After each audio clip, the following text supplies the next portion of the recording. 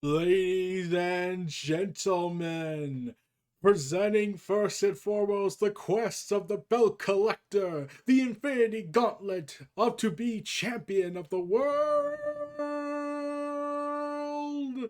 Hailing from Canada, from the far seas of the rising sun of the rising east. I'm pretty sure I got that wrong, but who gives two shits? He is the impotence of professional wrestling. He is Kenny by frickin' God Omega, and he is here to collect the Impact Unified Heavyweight Champions of the world of Rich Swann. Damn it! And what a match! What a match! Props to all involved, and thank God they didn't kill each other in that match when the botches occurred. Oh, man. Oh, man. Oh. Oh, yeah, let's talk about this. We finally get Omega versus Swann. Title for title. Impact AEW. And my God, this was awesome. Sadly, it was bogged down by two major top row botches, and I just kept saying, "Just don't." Like the first time it happened, I was like, when they were trying to do, I was like, "They're gonna botch." I somehow have now developed the ability to detect botching. My God, imagine the information I could use with this delicate nonsense. I could prevent injuries. I could control the wrestling world. I'm like, possibly, or maybe I'm just assuming that's gonna happen because everything looked humid, but that's beside the point. And once the botches were done, the match was a little sloppy at the beginning. Let's be real, I'm honest about that. As an AEW fan, I have been keeping track of all this intense drama that's been going on with the Impact World Champion, the AEW World Champion, and by God, Don Callis' horrible attempt to be Paul Heyman 2.0.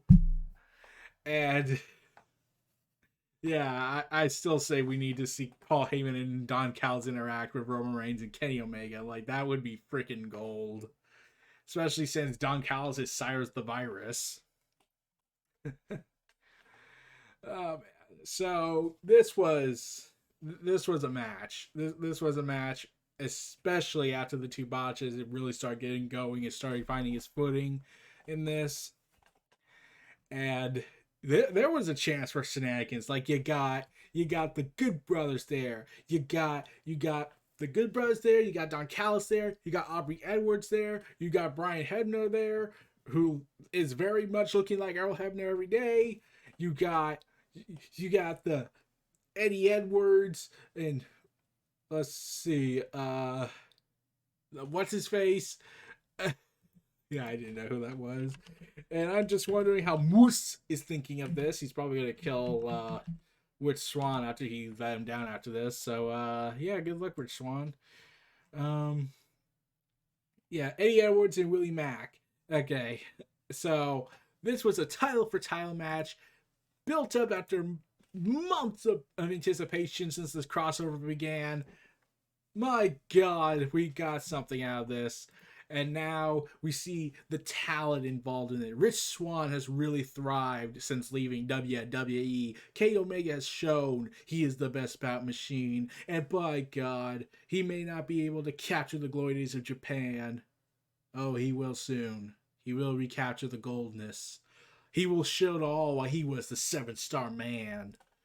And that probably will come after the pandemic. But yeah. Rich Swann and Kenny Omega really hit their strides after the second botch. I'm just glad no one was legitimately hurt as far as I've seen. They were able to finish the match to a T, and I'm a little surprised how little involved the Good Brothers, Eddie Edwards, Willie Mack, Don Callis, and Tony Khan, and Jerry Lynn and Tony Schiavone were with Scott D'Amore, and I was thinking like shenanigans. Where are the shenanigans? And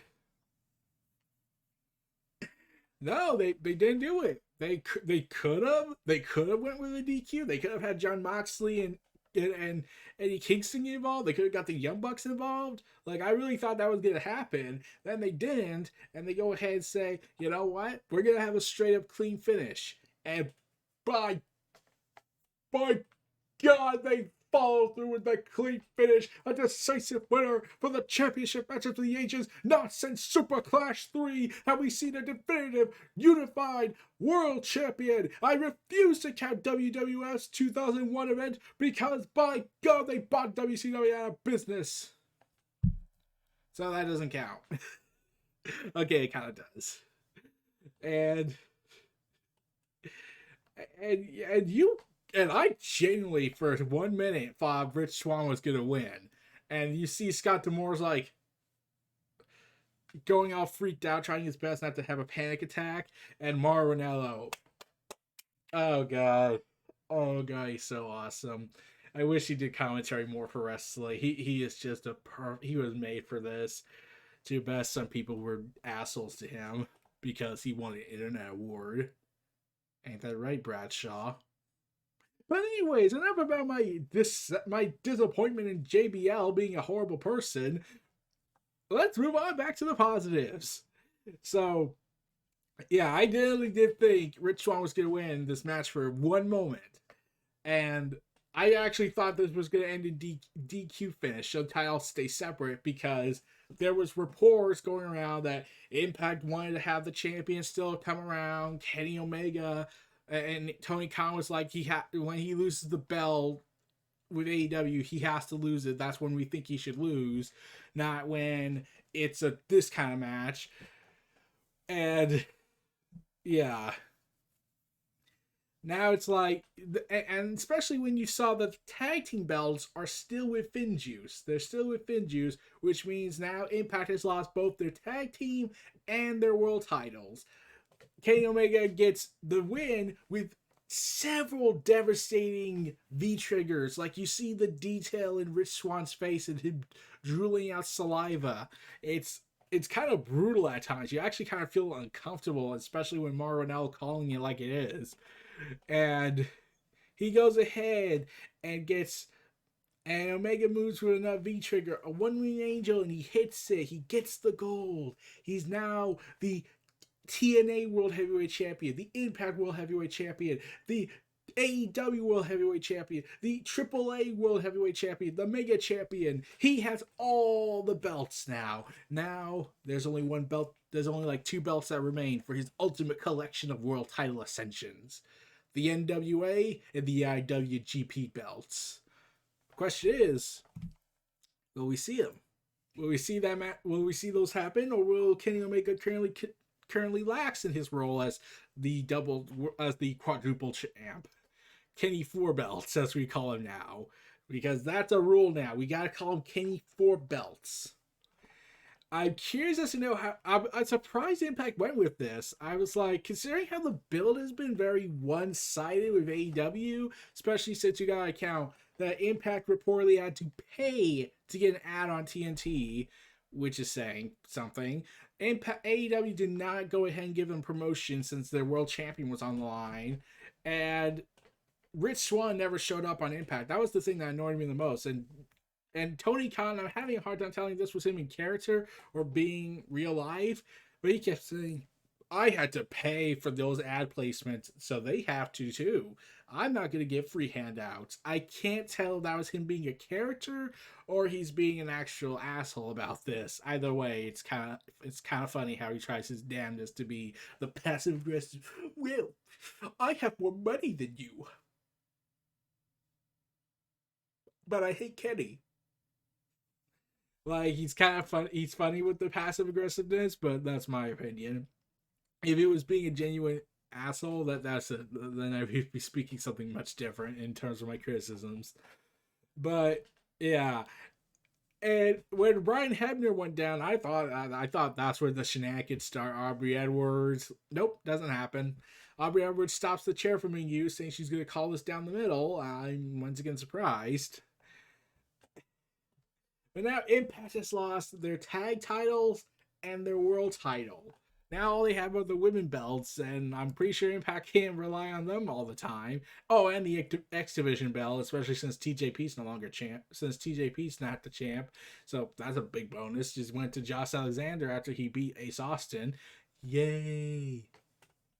So now they only have 3 belts: the Knockout Tag Team, and X Division belts. And Finjuice has the tag belts, and they're probably going to go back to Japan with them. And Kenny Omega's going to go back to Florida with them. I'm pretty sure they're going to probably decide that they'll probably keep them there because it's Florida, and therefore it's the scum of the F. Mostly how they've handled the. Oh god, that governor is a moron. Like he seriously made that rule. Oh god, damn it. Thank God I don't live there. I was born there, so I clearly have a right to criticize it. So yeah, Kenny Omega is now Kenny 4 belts. He holds the TNA World Title, the Impact World Title, the AEW World Title, the Mega Championship of AAA. What's next? What's the 5th? What will be the 6th? And if possible, what will be the 7th, the 8th, the 9th, the by God damn it 10th of the World Title Collector? Will he go after Nick Aldis next? And therefore we would have to pay $5 of subscription fee for Fight TV. Will he go after Ring of Honor next and go after the ROH Championship? Probably not, but that's a different matter. Will he go after, by God, Will Ospreay? Will Kota Ibushi arrive? Will Kazuchika Okada and Naito show their faces in Impact Wrestling after over a decade of humiliation and moments? And New Japan never forgiving them for that, but now they clearly have changed their tune. Will they ever do it? Probably. It's going to be freaking awesome if they do. This is a glorious time to see a wrestling fan outside WWE. Especially since my last video was about me being pissed off at them for like the 800th time. Okay, it's the 900th or 10,000 millionth time. But yeah. Yeah, so yeah, this is not a 5-star match. I'm gonna be honest with you. The botches really got me nervous on my edge of my seat for like legit terror for them. Luckily, they're all right. As far as I'm seeing, they're all right. No one's majorly hurt, I hope. I'm just recording this after the show, so they got to finish the match. Let's see if there's any updates. No updates on if they're hurt or not. So yeah, we got to look forward to what goes on Dynamite tomorrow. Dynamite and Impact are now currently must-see television, mostly AEW Dynamite, because they're going to probably have him brag and Don Callis doing the bow, and we are so grateful for you, God of Omega. So, yeah, and Mauro now just goes ahead and ends it so epically. Like, Mauro's just an awesome commentator. It's, oh, God. Got it, man. I really hope if AEW ever wants to do it or Impact wants to do it, they need to get this guy. Throw as much money as you can freaking humanly possible. Like, that guy's just great at what he does. But it has to be on his terms, honestly, considering how his last stint went. So, yeah. We're going to have to see where Impact goes from here now that they lost their tag titles and Impact World titles. Oh, God, that's going to be difficult. Now Pizarro, I keep trying to pronounce her name, is now the lead champion of Impact, unless they count the X Division belt. Oh, man, it's going to be a pretty fun time. Looking forward to Wednesday. Looking forward to see how they handle this Wednesday and see how they react to Thursday. We'll have to see. We'll have to see the locker room vibe. Is the Impact AEW war upon us?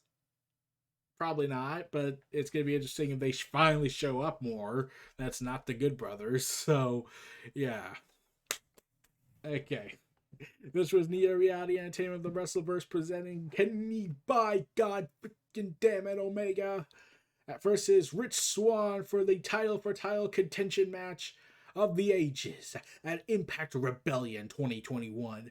Feel free to like, comment, subscribe. Check out my other content in the description below. Stay tuned for more, and I'll see y'all next time. Peace and take care. Bye. God damn it, Omega.